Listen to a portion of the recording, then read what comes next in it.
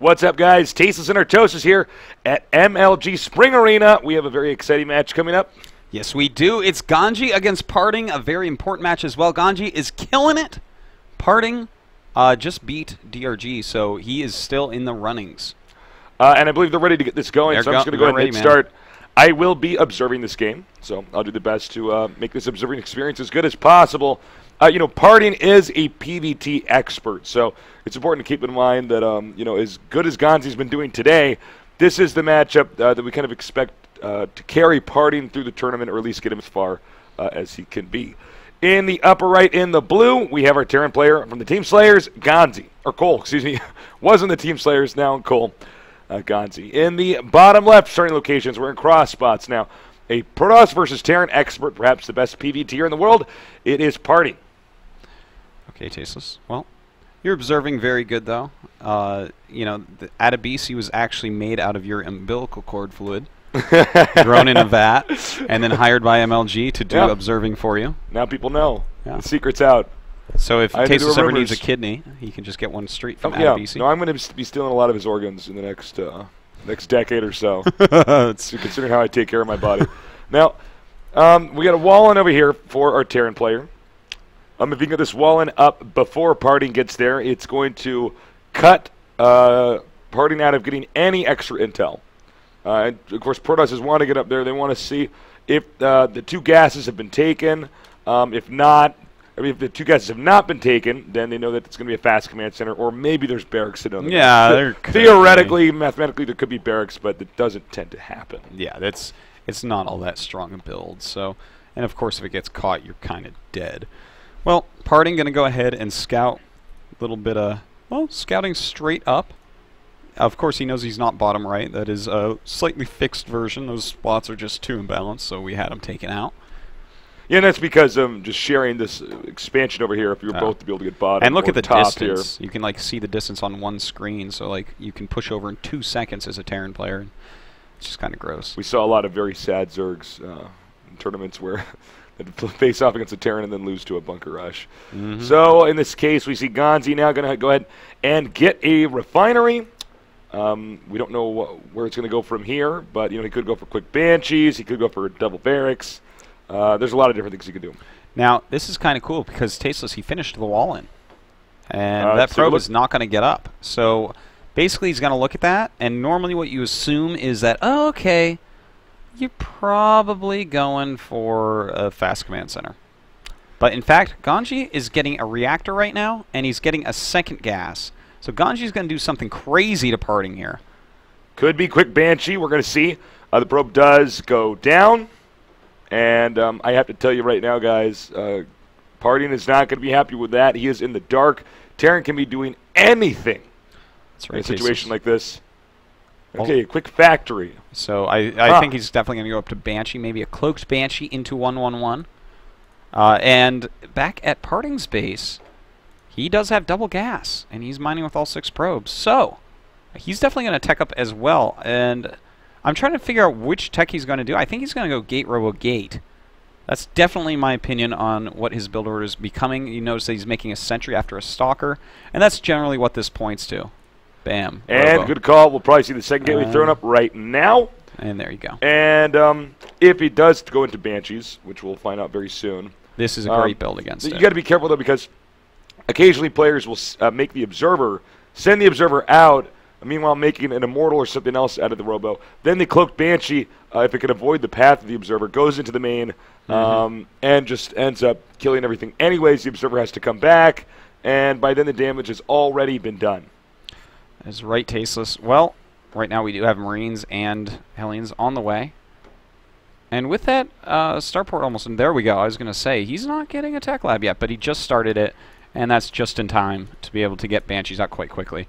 You know, sometimes we do see medevacs made with Marine Hellion opening to try to do some light harassment, but it's, you know, not as powerful in this matchup as it is in the other two, so.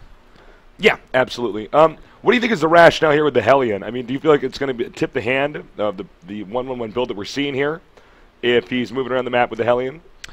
Well, yeah, it certainly should. I mean, it's going to tell him a lot.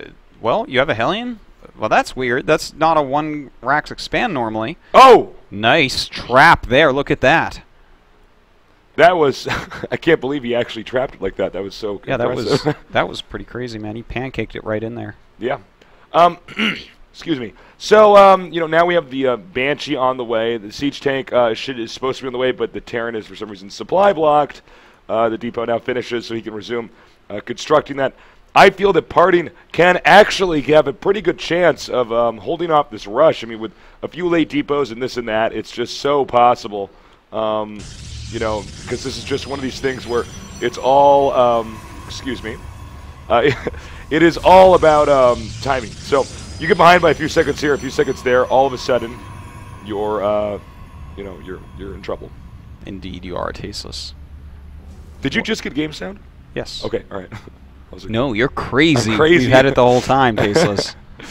All right. So the 111 still on the way. The observer knows, and well, Parting's just making a bunch of units as best he can. The Banshee's going to try to get him some sort of small lead. You know, anything he can kill here is helpful, but he doesn't want to lose the Banshee. That's a big part of this actual rush, especially since there's a Raven out.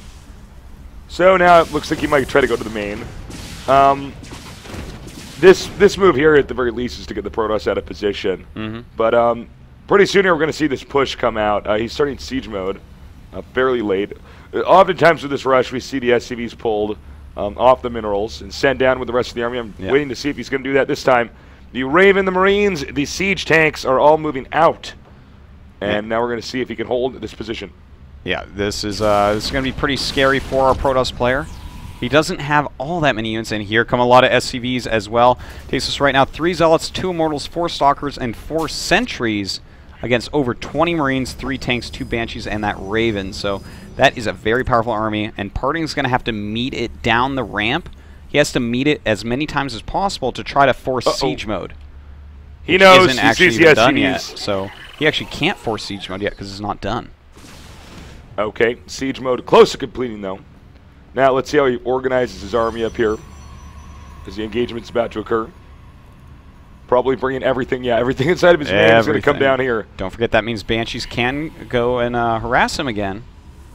We'll see if he chooses to do that. And 3 siege tanks, man. Okay, here we go. Nice force fields, very nice force fields, and in fact those siege tanks doing splash damage to the Marines as well. Great job so far. As you can see here, that one Immortal pretty badly bruised. Actually, excuse me, that's a Stalker.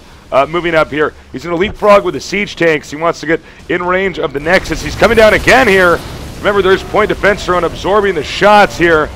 A little mess up here. He needs to actually kill off the siege tanks with those Immortals, and the Stalkers were left behind for a bit. Of course, he has to be careful not to let them get targeted down either, or we have those a bunker Banshees will on kill the way over here. Wow, a lot of damage being dealt. A lot of damage coming up here. Oh, and if he gets the Observer, he does not. Yeah, that would have been pretty big. He does have another Observer and is bringing it over right now. All right. This siege tank is almost, actually, it is. It cuts off, as you can see here on the ramp, cuts that off. So things going in and out of this position actually are going to be hit no matter what. Now the Nexus is in range. This is getting really bad. That's right. He's putting a clock on Parting. Parting has to move out before that Nexus dies. And, in fact, here he goes. The Immortals come down the ramp. He does have quite a few units at this point. All the probes coming as well. He realizes he has to break this or the game is over. And the Immortal is going to be shot down as well. This point defense drone working so well over here. But you know what? Parting's not out of this, guys. Well, you know, he is holding on pretty well. He's quite a bit behind in supply still, but this Immortal is going to be worth so much here. Oh, wow. The Immortal losing most of its shields there, but tanking the tank damage quite well. Yes. Oh, that was a misclick there, just moving that too far forward. That note, the Protoss is still somewhat using this expansion. He evacuated most of the probes over here, but still, this is going to be a pretty bad situation, because if Ganzi doesn't take this out, I'd say in the next maybe 3 or 4 minutes, oh god. Lots of SCVs coming down here. I think he realizes at this point that he's in a lot of trouble, and he needs to make sure that this stays active, this stays good. Because right now, Parting is adding in a lot of Zealots, and that's going to help out so much. It's going to draw tank fire. It's going to really take a lot of damage from the Marines away from Stalkers and Immortals, and then the Immortals are going to be able to get up there and kill the siege tanks very quickly. Well, I feel like Ganzi may be, there may be no hope for him. You know, he is just now expanding. If you look at the supply, it's 92 to 81. But I don't feel like the economics here, when you're sending that many workers to die, like out here, these guys are not mining minerals. It's just not going to be good. Well, don't forget, he did lose a lot of probes as well, and in fact, 42 SCVs to 33, but a big amount of those SCVs, as Tasteless has mentioned, are down here. Yep. So, he needs to get some more siege tanks up over here. Oh. Get him a little bit closer. Yeah. Now, we do have another Mortal coming out. I think he might go as that Immortal finishes up. Notice how the supply is getting a lot closer now. Wow, doing a lot of damage over here, but that was a bad decision to use that point defense drone. Yeah. Too many Stalkers are going to burn that up really quickly. I didn't like that. He actually can't engage if there's a point defense drone there. And look at that move. Trying to kill off those Immortals. In fact, the Zealot's behind the Stalkers right now. Right now he's focus firing quite a bit, but it's not working out. Oh my God! He completely messed that up. Yeah, that was a little bit poorly sloppy. executed. And in fact, those Banshees still being alive is terrible news for him. That means he has to continue to warp in a lot of Stalkers. And it looks like, you know, Parting had a good spot. He actually had a ton of units there, but with just a slight miscontrol, it's really looking good for Ganzi again. All right, he wants to get a bunker up here really badly. Here's what he needs to do. I think the tank probably should have been put a little bit closer, like up here, but as long as he can get in range of the Nexus, he's set. And he's going to want to target those Banshees on the Immortals if possible, and Immortals do in fact go down. Now, does he have any SCVs down here to actually repair? I don't think he actually... Oh, he has one SCV left down there repairing. So Ganzi is going to want to repair these Banshees a bit more. Okay. They're really a backbone of this army. This is going to force the Protoss to engage again. As you can see, he can hit the Nexus from here. This is what patience Ganzi has shown here. Yeah, no it's actually kidding. Really impressive. All right, he's going to attack again. The probes coming in here. I believe this may be the final battle here. Auto turret coming down here to absorb some of the shots. And wow. Man. Pure cost efficiency from Ganzi here. And Parting in so much trouble. He's lost his army several times now to this, and the backbone of it has not been broken. More SCVs coming up now, so they can mass repair. The Immortals come down. They do a good job destroying that siege tank, but the Banshees are just targeting down the Immortal. Goodbye. And that's almost it, man. I mean, the chances are slim to none. If he might be thinking, oh well, Ganzi must be on one base. No, Ganzi has an expansion. I mean, how would he have ever sent all those SCVs if he didn't have 2 command centers? So that's why he's staying in the game. Yeah. If he knew that Ganzi had that expansion, I'm not completely certain that he would still be trying here. Well, actually, we saw him just not leave against DRG as well in a game that was over for like 10 minutes. So yes, that is true. Maybe sometimes they just do not leave the game. But sometimes, yeah. I think the trigger will probably be if the entire army dies or the Nexus dies. All right, here we go. Another Immortal coming down here, targeting down the siege tank, but it does not die. The Stalkers come in here and clean up the rest. But again, I have to say, to be totally honest, I'm totally amazed the Nexus has not lost any hit points yet, just shields. If you actually look at how close the situation is. That's pretty crazy. All right, 2 more siege tanks. Is this the killing blow? It's hard to say. Well, this has been the killing blow the whole time, it seems like. And down Parting comes GG. All right, so Ganzi takes game number 1, and this is actually a really important series for Parting. Parting has not had the greatest tournament so far. I believe he's 2-2 at the moment, whereas Ganzi, I think, is 3-1, I want to say. And that means that Ganzi is ranked right up near the top. Him losing a game, not so big a deal. Whereas, I mean, if Parting loses this at 2-3, he's going to be one of these players that's really lowly ranked and may actually be forced into the bottom 2. Yeah, we're going to see very soon here.